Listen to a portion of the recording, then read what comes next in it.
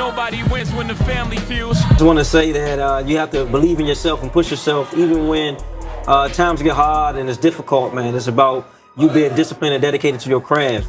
And it's bigger than sports. It's about character, man. Character can take you way past whatever sport that you play can take you, man. So work on your craft, work on yourself, and no one can stop you but you, man. Yeah. Trayon White, y'all. The courthouse, Trayon White left for the day, flanked by supporters who started chanting, "Ward 8, Ward 8.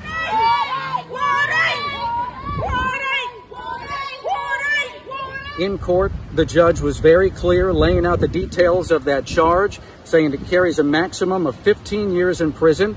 White is not in custody. He was allowed to leave, but he has to surrender his passport, and he does have to notify the courts if he plans on leaving the D.C. area. Councilmember White, anything you want to say?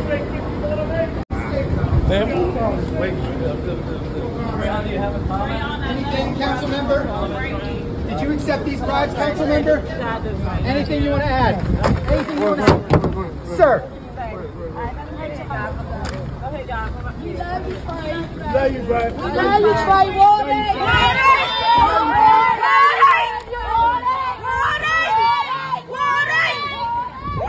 Ward 8 is the southeast area of Washington, D.C. A city councilman is a person who is a member of the local government of a city. Now, the 8th Ward councilman receive an annual salary of just more than $140,000 a year, while the council chairman receive an annual salary of $210,000 a year. These council members are supposed to live in a ward as well. Now, these three facts that we just went over is key to this story. Over the weekend, a D.C. council member of Ward 8 was arrested in front of his Ward 8 residence in Southeast D.C. by the FBI. Now, it seems he was let go on bond that following Monday with conditions: surrender his passport, and if traveling outside of D.C., report to authorities. Now, it seemed to have been some confusion since arrested on how much, allegedly, this council member took in bribes. But according to this indictment we about to go over, this council member is accused of taking a total of $55,000 in the last 4 years. And keep in mind, this council member makes around $140,000 a year before taxes. Now, according to the feds,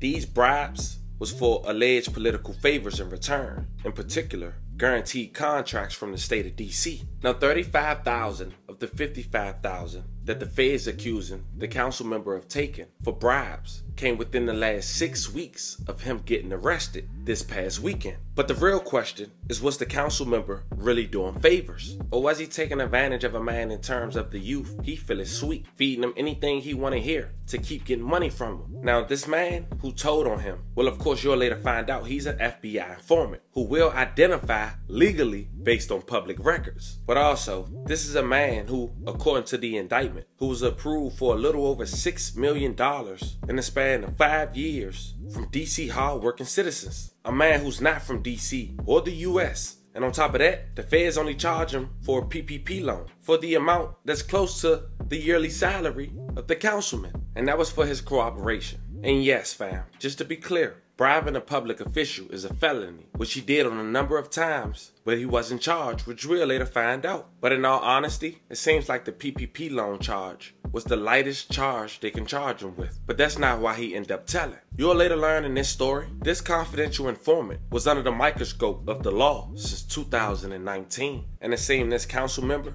made her stumble upon a quote-unquote sweetie in his eyes who had lots of money, but was under the scope of the FBI. And the Family TV is here to break it down while going over the councilman indictment. But before we go over this one, I want you guys to remember, I don't give you no aim, I just give you the story. So with that being said, make sure you like, comment, and subscribe. We're gonna jump right to it. Since the age of 17 years old, born and raised in Southeast DC, was a young kid named Trayon found himself in politics. That you have to believe in yourself and push yourself even when times get hard and it's difficult, man. It's about you being disciplined and dedicated to your craft.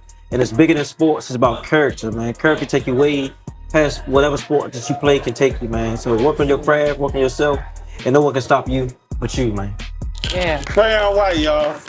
And since the age of 17, Trayon himself trying to bridge the gap and the disconnect between politicians and the local community. Now, at 40 years old, Trayon White became a member of the council of the District of Columbia since 2017 for Ward 8. He spent more years in politics than anything else in his life at this point. Trayon White would face his biggest hurdle in 2024, only a week after receiving $5,000 from a man who'd been secretly recording him for the FBI.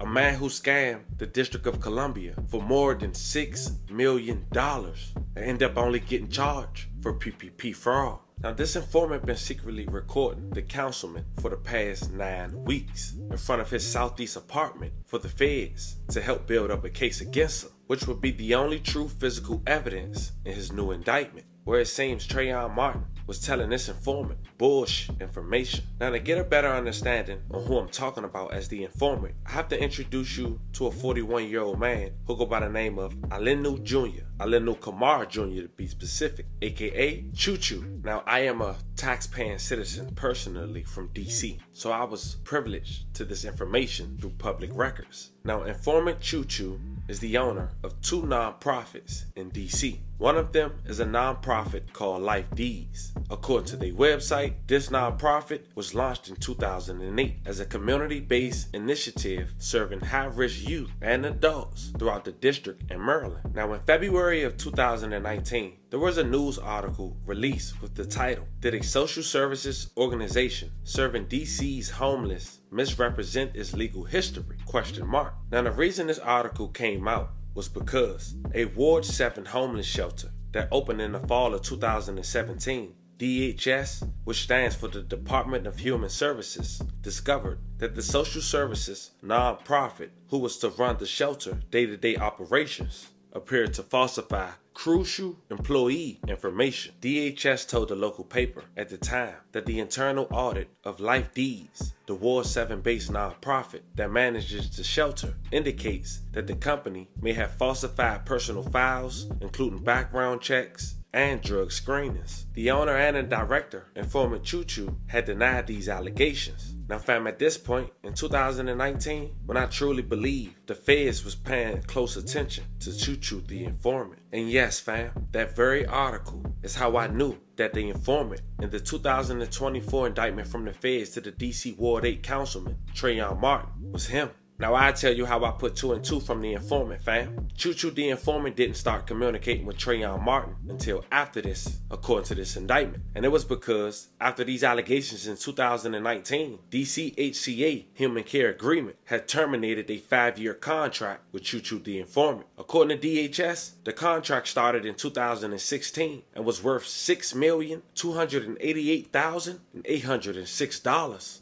But by this time in 2019, informant Choo Choo had obtained millions of dollars from the state. The payments was broke down into 5 years. The first year was the least amount, with $971,342. The second year, $1,241,736. The third year, $1,288,884. The fourth year, $1,337,922. And the fifth year being $1,388,922. with the grand total of $6,288,806. The government picked up every year except after 2019. On February 25th, 2019, the DHS determined that the Life DYRS was in default of the HCA and as a result terminated the agreement. And that's why informant Choo Choo was trying to contact a council member after being denied his appeal. And the only person he allegedly went to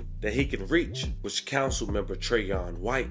And FYI, Trayon White is the councilman for Ward 8. Informant Choo Choo nonprofit was based out of Ward 7. Now fam, as we get deep into this indictment, we have to say allege and everything in this indictment into the last week of June of 2024, because that was the only physical evidence that was provided to the public. Now according to informant Choo Choo, it's 2020. He's no longer funded by the state. He managed to get a dinner with Trayon White, where he allegedly gave him $20,000 to find out if more funding was available in May of 2020. But here's the thing, nothing had changed for informant Choo Choo as far as his contracts. So he went and took out a PPP loan. And while already under the eyes of the law, they used this to get what they already was watching him for. In return for political reasons, gave up Trayon Wright and targeted him by setting him up, apparently mad about the $20K for him for a little more than a month, giving him money for BS answers to screw himself and help him. Now, it's no data entry in this indictment for over 4 years into June of 2024, where Trayon was accused of accepting $154,000 in bribes in cash, but he was only recorded on receiving $35,000 in the span of 9 weeks, with most of the meetings happening in the same location. And the last meetup happened only a week before the councilman, Trayon Wright, gets arrested. According to the indictment, the meetings happened in front of Trayon Wright's apartment in Southeast DC, which is crazy. It makes you wonder, was Trayon Wright's intentions was strictly to milk him for as much money as he can and say anything in the process, especially knowing you felt safe to meet him at your home and an informant choo-choo car every time, which is how he was recorded. Now, the first meetup before was June 26, 2024. Trayon received $15,000. This is a picture of him in the car looking at his phone. Once informant Choo-Choo pulls out the $15K to hand it to Trayon, quote, "What you need me to do, man? I don't want to feel like you got to give me something to do something before taking the money." They start to talk about make-believe contracts and plan to meet in 2 weeks to give Trayon more money, with informant Choo-Choo saying, "I'm paying you for the assistance with future contracts." The second meetup was July 17th, 2024. Same place, same car. Informant Choo-Choo had a written ledger and showed Councilman Trayon some numbers and explained he'll get 3% kickback of each contract. But Trayon was focused on the current money and wasn't truly invested in the conversation until he received the money. During this conversation, Trayon Wright mentioned he'd been talking to government officials. He mentioned their names and mentioned they work with CHS, but their names was blurred out in the indictment. We don't know if they real names or if they ever knew anything about these conversations, if they are real names. This time, Trayon Wright receives a $5,000 payment. As informant Choo-Choo gives Trayon the payment, he quotes, "Whatever he needs, he got," and Trayon agrees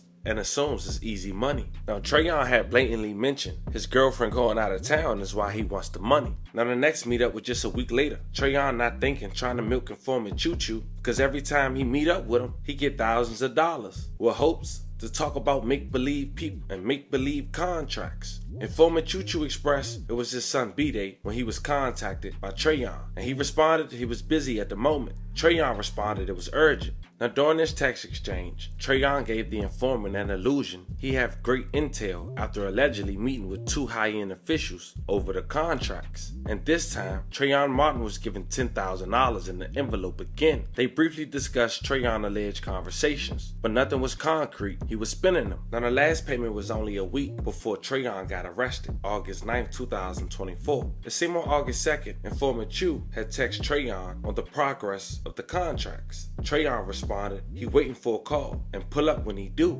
August 9th, 2024, he ended up doing that at around 10:30 a.m. And this time, Trayon gets $5,000, but the information he provided was bogus, and the informant realized it. And at this point, because most of his responses in this meetup was a week later, Councilman Trayon was arrested. Again, probably thought he was getting another payment because he was arrested in the same area. I could state the obvious, but so maybe I will. It's very troubling. It's very disappointed. Mayor Muriel Bowser, making her first public appearance in weeks after the death of her father, faced multiple questions from reporters about Ward 8 Councilmember Trayon Wright being charged with taking a bribe to help steer government contracts. I'm sure that constituents across the city, but especially in Ward 8, are very disappointed. People need representation. They need people that go down to the Wilson building and put them first and fight for them. And I know that I speak for them in my disappointment about it. Anytime any part of the government is questioned in this way, it distracts from the very important work that has to be done.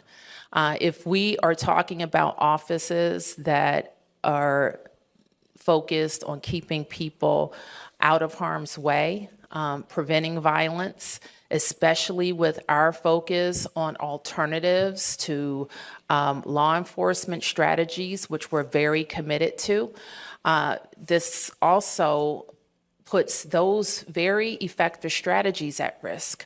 So individual decisions, and people will make some good ones, some terrible ones, but they have to be held accountable.